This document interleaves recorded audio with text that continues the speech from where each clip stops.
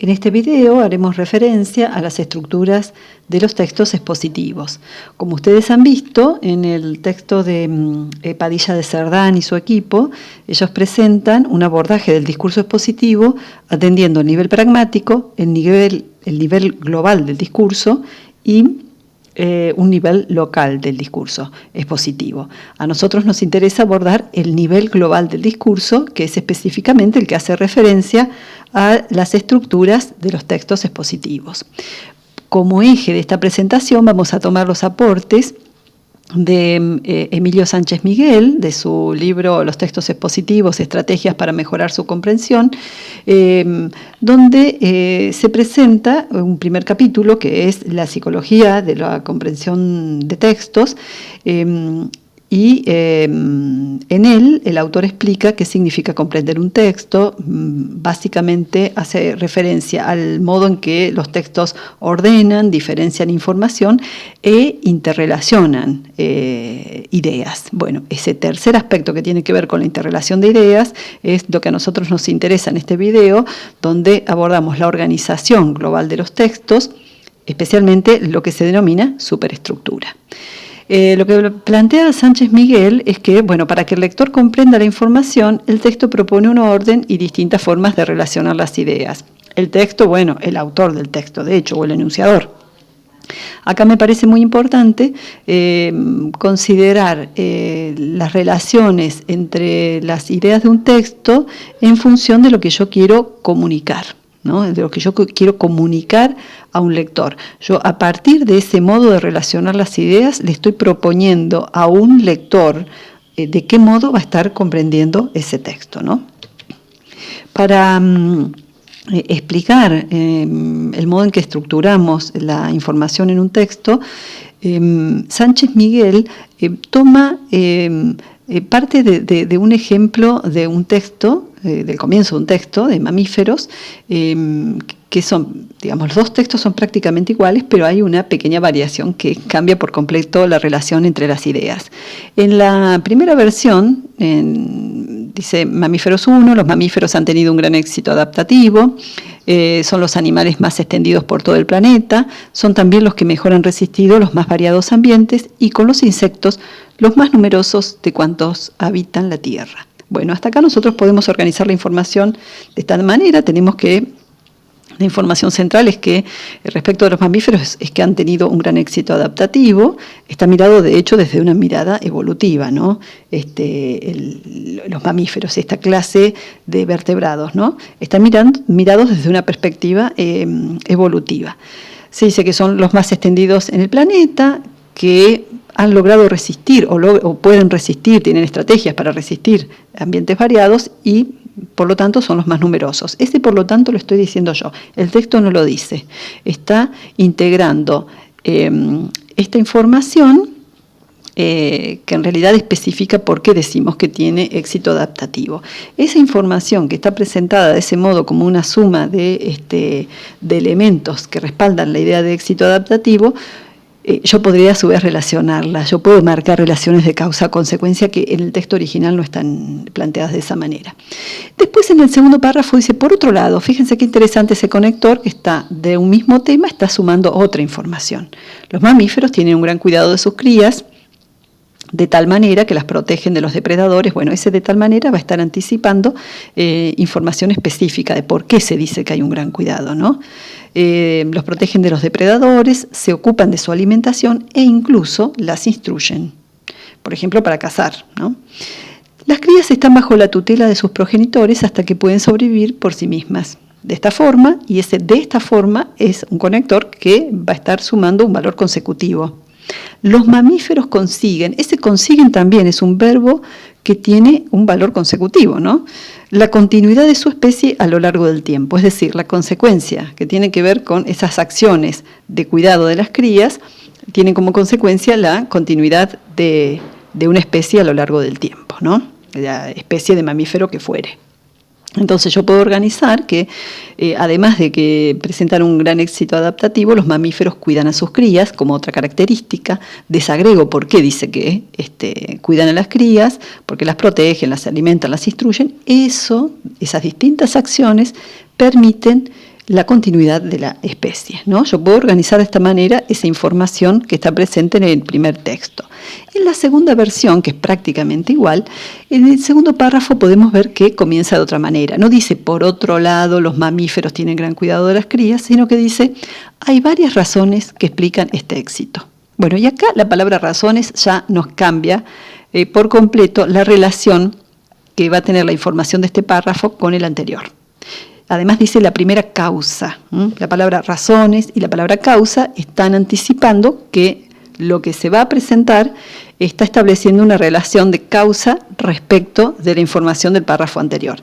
Entonces yo tengo esa primera presentación de la información del primer párrafo, pero le sumo esta idea que no se agrega como otra idea que se suma a la característica anterior, sino que está planteando que la información que sigue no es otra propiedad, otra característica, digamos, de los mamíferos, sino que se está presentando una causa, ¿no? Entonces dice, razones que explican este éxito, y yo señalo la flecha hacia arriba que va a estar sustentando esa consecuencia, ¿no? Que es el éxito adaptativo. Entonces, el cuidado de las crías con la especificación de las acciones que realizan, y ese cuidado de las crías permite la continuidad de la especie.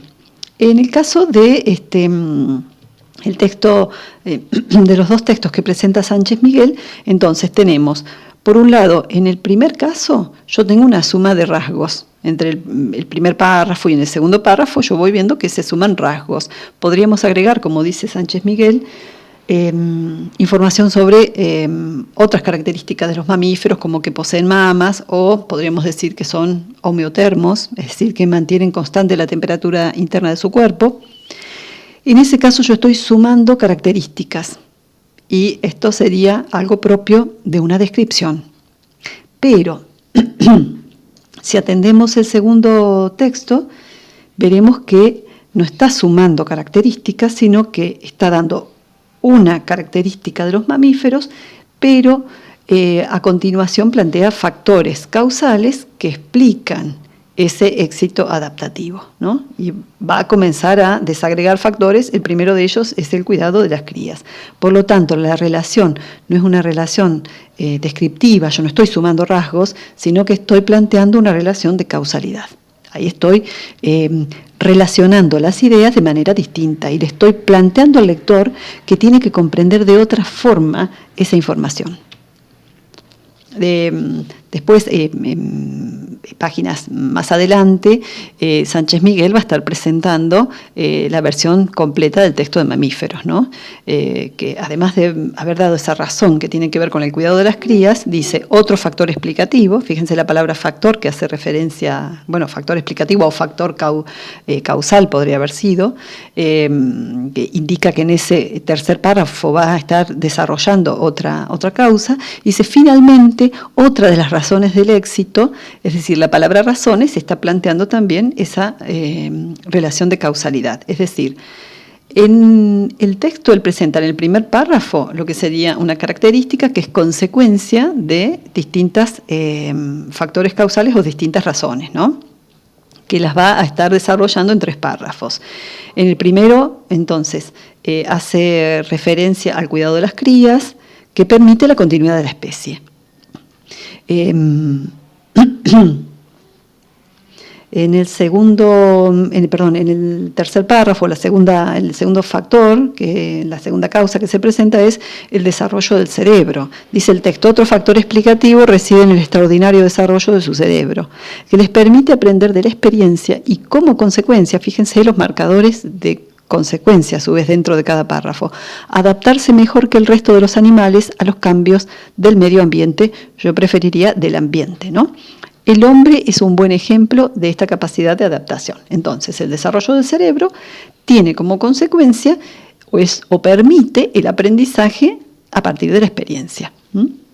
Y en el último párrafo dice, finalmente, otra de las razones del éxito de los mamíferos es su capacidad para mantener constante la temperatura interna de su cuerpo. Bueno, esto es lo que se denomina homeotermia, ¿no?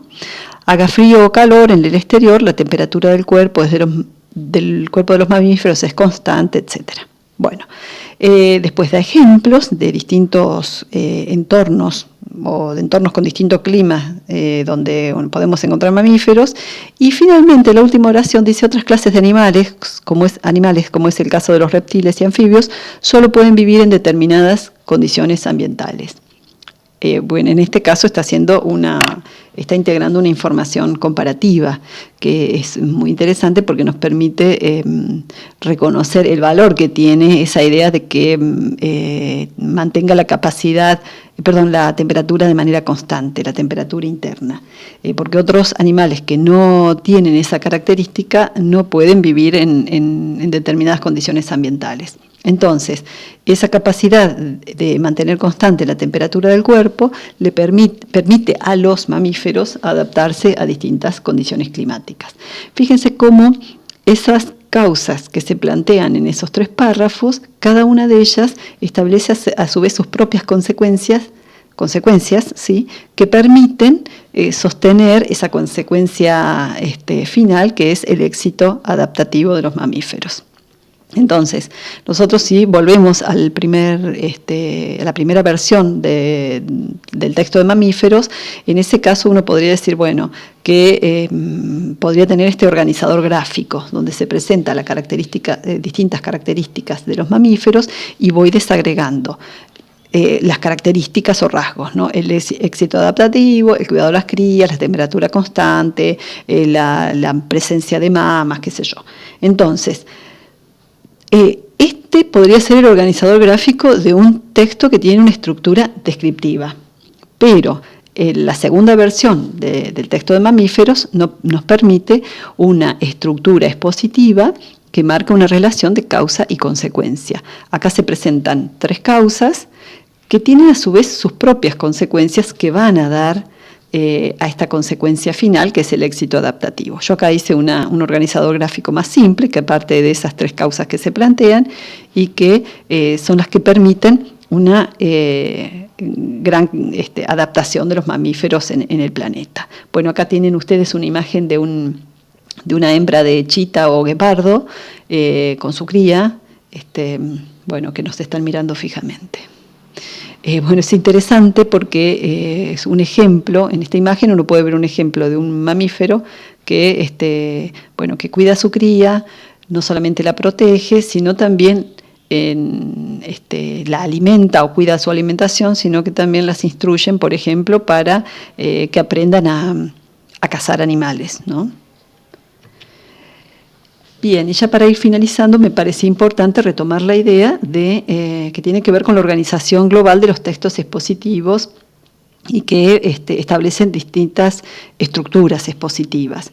Esas estructuras expositivas que nosotros conocemos desde los aportes de Sánchez Miguel y desde los aportes de Padilla de Cerdán, en realidad se basan en estudios pioneros de Meyer.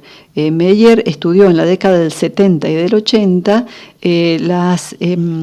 los modos en que está relacionada la información en los textos expositivos y reconoció 5 categorías, que son estas 5 categorías que podemos conocer por otros autores, ¿no? Este modelo es el que está más extendido, ¿no? Por eso nosotros también lo estudiamos y es realmente muy, muy claro y muy operativo de las relaciones lógicas que se dan en la información de los textos expositivos. El primero, que denomina colección o seriación, también se conoce como estructura secuencial. ¿Por qué? Porque en ese caso se presentan, digamos, distintos elementos que pueden estar organizados de una manera temporal. Ejemplo de estos son los textos que presentan un proceso histórico, ¿no?, con distintas fechas, que están ubicados en un orden temporal, o también los ciclos vitales, por ejemplo, de nacimiento de un animal. Si yo estudio el nacimiento del pingüino emperador, bueno, probablemente inicie ese texto expositivo haciendo referencia al cortejo entre una hembra y un macho, entre el apareamiento, la postura del huevo, la incubación del huevo, la eclosión, que implica el nacimiento del pichón de pingüino emperador y cómo se va desarrollando. Ese tipo de texto implicaría un texto de colección o de estructura secuencial. También podemos reconocer una estructura de causa-consecuencia, que puede tener distintas causas y una sola consecuencia, o una causa encadenada por una consecuencia, una causa que genera una consecuencia, esa consecuencia a su vez es causa de otra, etcétera, y puedo plantear una cadena de causalidad. También puedo estar presentando una estructura, un texto que tiene una estructura de problema-solución. En este sentido me parece importante diferenciarlo de los textos argumentativos que presentan un problema y posibles soluciones.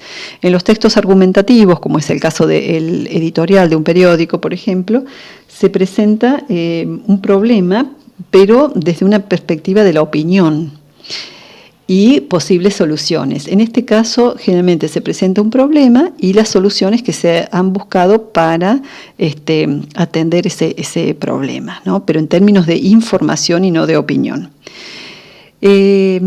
También podemos encontrar estructuras comparativas y descriptivas, ¿no? En la comparación yo presento diferencias y similitudes entre dos o más elementos, que puede ser, por ejemplo, un objeto, puede ser un lugar, un fenómeno, entonces un animal.